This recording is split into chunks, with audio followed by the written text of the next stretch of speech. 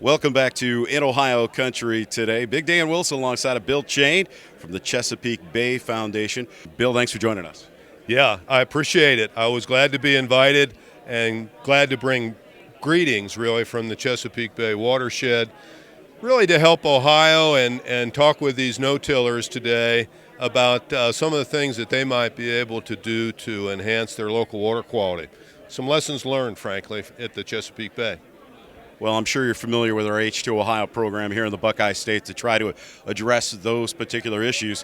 What similarities can you draw from the Chesapeake Bay and what we're facing here in the Buckeye State? Thanks for that question. I do see similarities between the H2 Ohio and the Chesapeake Bay program. Both require farmers to change and perhaps implement a practice, a conservation practice that they haven't frankly done in the past. Now, we're here with the No-Till Council, and I know a lot of those folks are already no-tilling and doing cover crop. But there's frankly another group of farmers that aren't here that may not be doing those practices.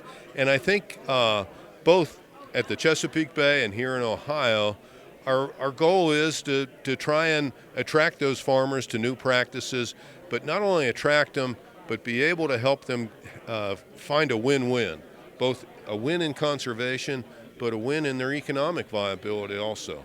What were some of the specific issues that you were running into in the Chesapeake Bay watershed? Well, in the Chesapeake Bay watershed, similar to Ohio, we're talking about nitrogen, phosphorus, and sediment. Us environmentalists talk about sediment, but it's really topsoil. And the importance of the farmer keeping topsoil on the farm can't be overstated. So I think when we look at agronomic practices that include cover crop and no-tilling and filter strips and waterways and contour strips, all those practices that keep the soil in place for the farmer creates a return for the farmer and a return for local water quality. Now, let's talk about the crops that are in that area that are affecting the watersheds. Yeah, so similar to Ohio? Similar but different. So as I ride around in Ohio, I'm impressed with field size and flat and all those kinds of things. I see corn, beans, and wheat, and that's an excellent rotation. In Pennsylvania, we probably would add to that with a great many more forage crops. And I guess depending on where you are in Ohio, we're doing the same thing. Alfalfa, grass crops, grazing management, all those practices important. But corn and beans, and to some degree wheat, those are the crops where we have the greatest chance of seeing nutrients disappear from the field, because those are the crops where we're putting the most nutrients on.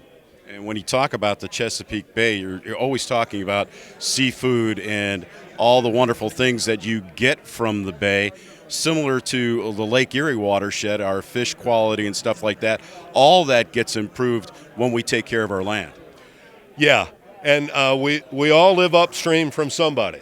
So I learned in visiting Lake Erie that the walleye are important. That's a very important commercial and sport fishing industry that pays real dividends. In the Chesapeake Bay, it's oysters and crabs.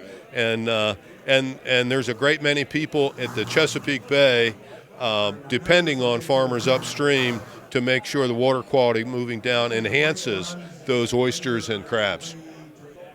So let's talk about what you're here today to explain to the group and what we can expect moving forward.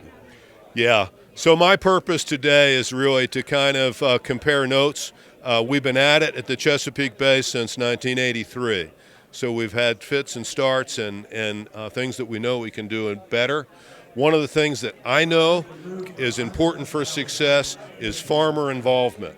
So whether you're a farmer, whether you're part of the support network in the ag industry, seed sales or service, crop service, we need all hands on deck, and we need that kind of leadership explaining what needs to happen for farmers to be successful.